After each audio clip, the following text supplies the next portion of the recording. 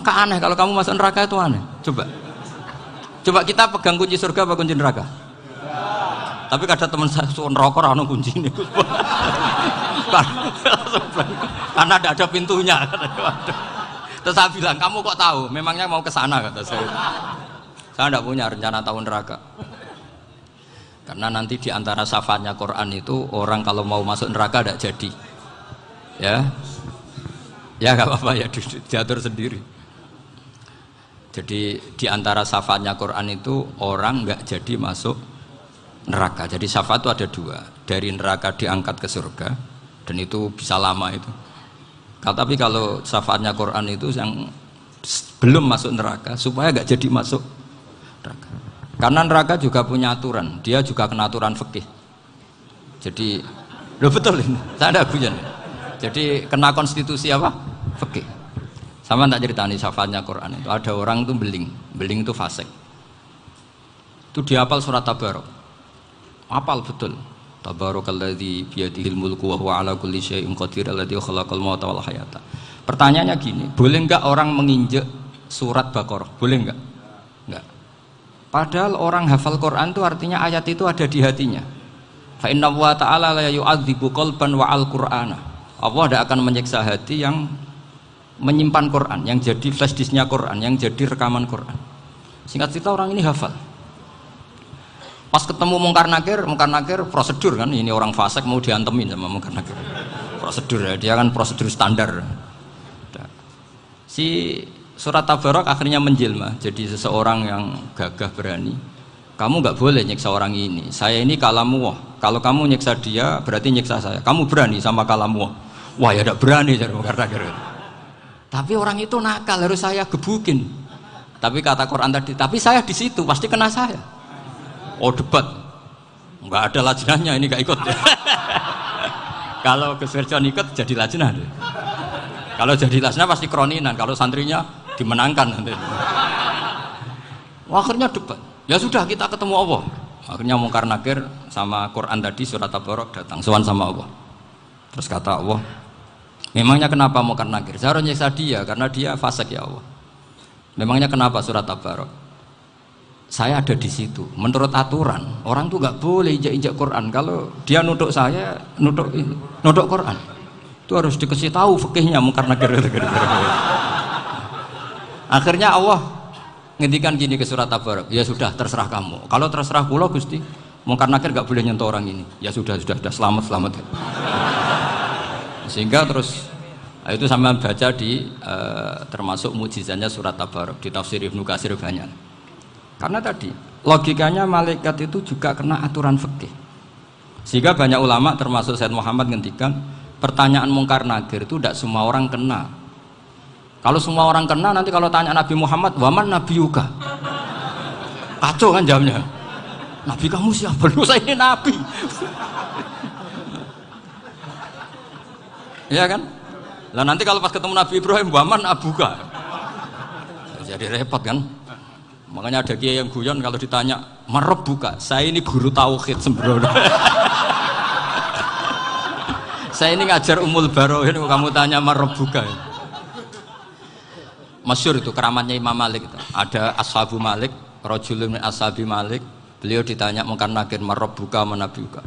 Imam Malik datang, ini seumur-umurnya itu ngajar tauhid. Kok kamu bedai enggak sopan kamu? Dan kita berharap barokah sampean ngaji nanti itu. Yes. Malaikat itu anak sungkane itu. Jadi dan saya meskipun guyon itu serius. Bedanya orang alim sama ndak itu di situ. Kalau orang alim itu guyon itu masih bener, masih serius. Coba saya bacakan ayatnya. Ala inna auliya Allahi la khaufun alaihim wa lahum yahzanun.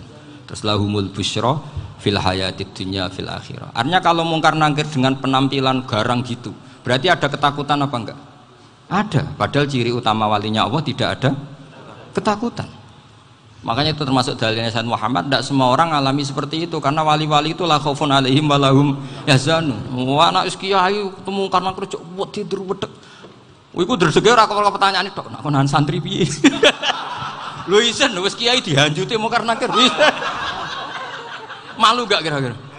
Mesti pelengane konan santri piye? Nak jawabannya gampang karena pernah ngajar tauhid.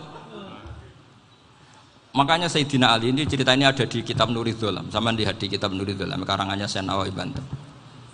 Itu Sayyidina Ali itu ya, andekan orang biasa mungkin ya agak-agak hasut, tapi ini wali gak boleh kamu katakan hasut.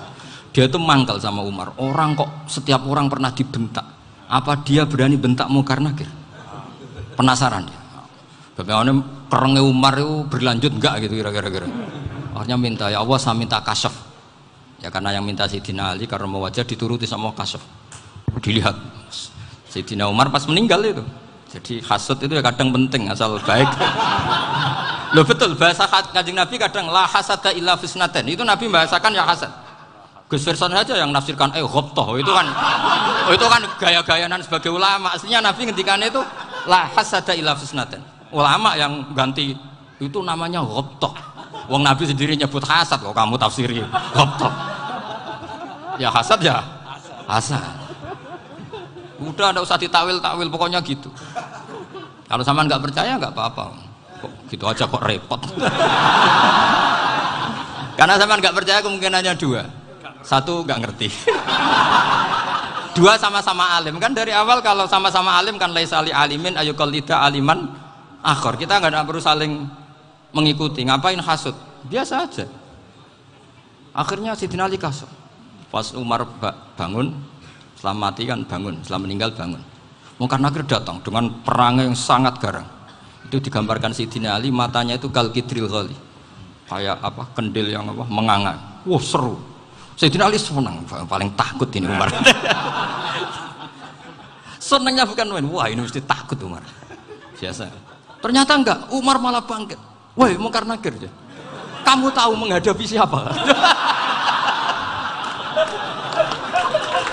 Itu betul ya? Kamu itu menghadapi temannya ahabbal khalqi ilallah. Yang diandalkan temannya bukan dia.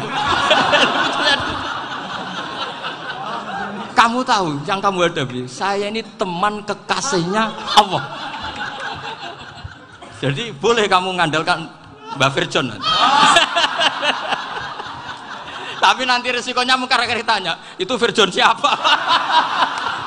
Wah itu masalah itu kan. Makanya syaratnya wali itu harus ma'rufun fis sama. Di langit sudah populer. Makanya dulu ada orang yang saking seninya Abdul Qadir ditanya apa saja jamnya Abdul Qadir Al-Jilani itu aman karena beliau populer. Makanya program kita harus populer dulu di langit. Nah, itu nanti kalau dicatut oleh santri-santri nggak apa-apa. Kalau nggak populer nanti ditanya, itu siapa? Masalah ini. Umar itu yang dibanggakan itu, kamu tahu saya siapa?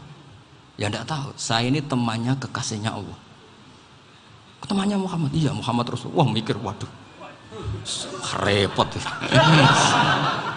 Loh di dunia aja gitu kan temannya presiden, temannya panglima, apalagi ini temannya Sayyidul Awalin wal Akhirin. Di dunia aja bilang temannya presiden, menteri orang sudah takut, apalagi ini temannya Sayyidul Awalin.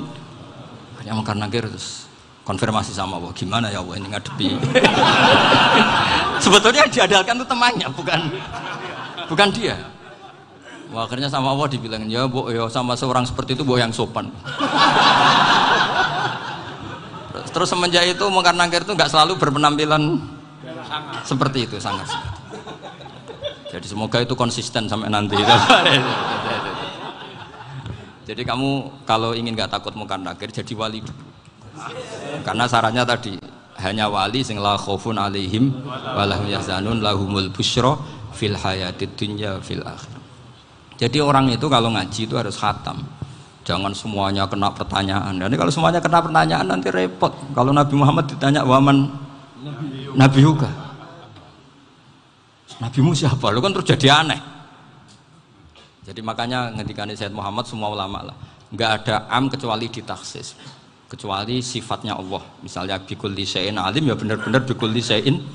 Tapi kalau am semuanya pasti ada taksis. Meskipun dalam muhawarah muhadasah biasa. Misalnya contoh gampang istri kamu baru seneng kamu, Mas nak pengen apa-apa itu lapor aku, gak apa-apa Mas, mesti aku seneng sama lapor. Iku di aku pengen wayo. Wah langsung jadi apa wae. Mesti apa wae maksudnya kecuali itu gitu. Padahal kalau ngomong Mas sampean ingin apa saja tak dukung. Sampean bilang, kepengin iku wayo. Kira-kira disetujui apa enggak? Sama seperti kita kalau punya teman akrab, wes nang omahku gak apa-apa, anggap ae omahmu dhewe. Terus mlebu-mlebu kamar. Jadi tidak ada am kecuali di taksis. Artinya kalau ada cerita bahwa orang mati pasti ngalami ditanya mungkar nangkir, itu pasti ada am yang di taksis. Itu pasti tidak dialami para ambiya, para ya, karena ciri utama wali itu la khaufun alaihim walahum yahzanun. Kemudian saya yang mau cerita ya, supaya sampean bisa menghadapi dunia global ini, tak bawa tafsir Munir termasuk tadi. Kenapa orang Islam, Rasulullah SAW itu lebih senang kalau yang menang itu orang Nasrani Romawi, ketimbang yang menang itu orang Faris, dalam hal ini ateis. Karena orang ateis itu lebih ngeri. Sebetulnya beberapa penemuan sains, terutama di ilmu medis, itu orang Amerika, kayak cloning. Tapi orang Amerika itu masih dilarang oleh gereja untuk mengaplikasi.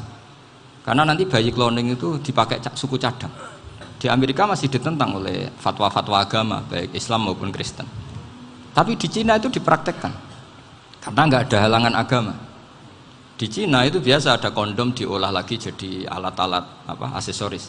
Di Amerika tidak ada karena masih ada agama, masih ada larangan. Sehingga orang Islam itu lebih takut kalau yang menang itu Persia, karena terus cara berpikir ternyata Tuhan itu tidak ada, langit nggak ada perannya.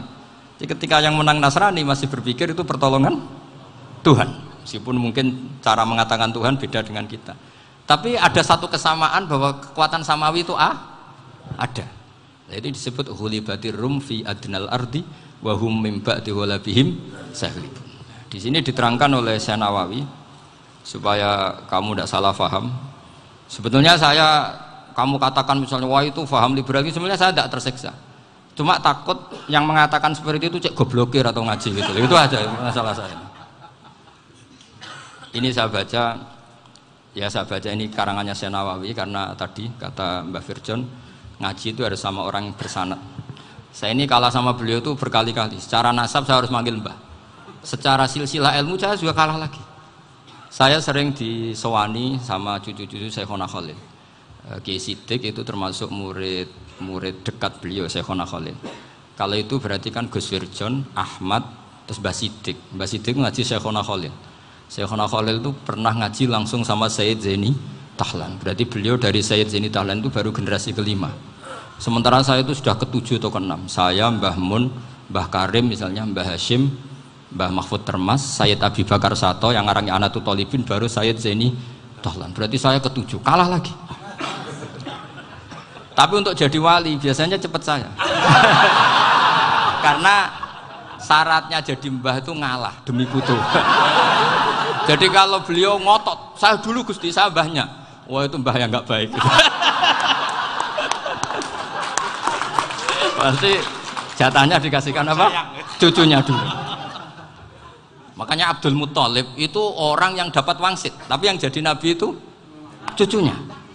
Jadi dalil saya banyak. Sebenarnya Abdul Muthalib itu sudah sering dapat wangsit. Karena saya bahasakan wahyu, Nabi yang protes, enggak nabi kok dapat wahyu. Tapi sebetulnya Abdul Muthalib itu masyhur. Kalimat-kalimatnya menunjukkan bahwa beliau itu sudah dapat wahyu kalau nanti cucunya itu jadi apa? Nabi. Makanya senangnya bukan main Abdul Muthalib sama Rasulullah. Putu seneng, mbah seneng putu. Jadi mungkin, jadi sampean enggak usah protes loh. Yang jadi wali kok cucunya. Dulu betul. Dulu Mbah Hamid Pasuruan itu kalau Mbah Ahmad Siddiq ke sana, Mbah Hamid Pasuruan kalau manggil Mbah Ahmad Siddiq itu paman. Tapi pamannya minta ijazah ke ponaan. Apa ya gara-gara itu memang. Kalau itu masih berlaku apa? Ngalah tadi.